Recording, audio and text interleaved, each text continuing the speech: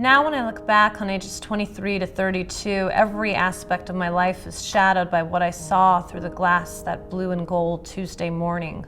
2 towers, each gashed and stunningly hazed in the glitter of exploding windows, falling one after the other over and over again. But what was once simple apprehension and mortification and trepidation has become increasingly entangled with feelings of exhaustion and marginalization and even indignation.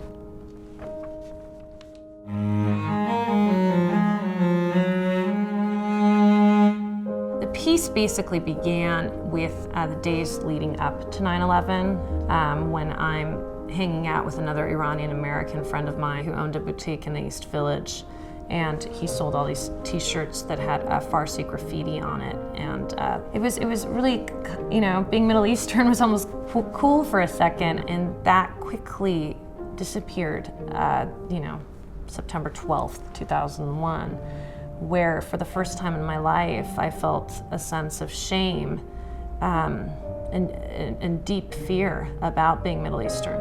I would find myself being tempted to say a racist cab driver that I was Italian or Greek, or just wanting to hide a little bit. This was affecting me in a way that was very unhealthy, and that the only way out of it was going to be through writing, I think, and trying to actually connect rather than hide. You always get a lot of emails when you write these types of pieces, but I had hundreds and hundreds of emails.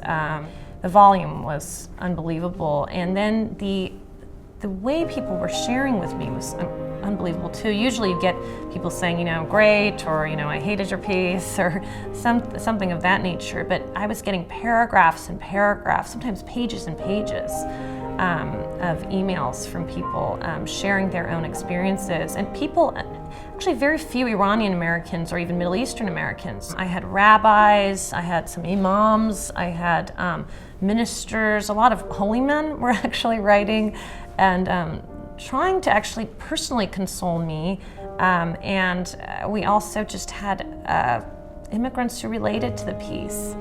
I did get, the usual hate mail. One guy said to me, the problem, the hatred you're experiencing and all the difficulties you've experienced as a hyphenated American comes from that hyphen. That when you're ready to get rid of that un-American portion of your name, then you will be free.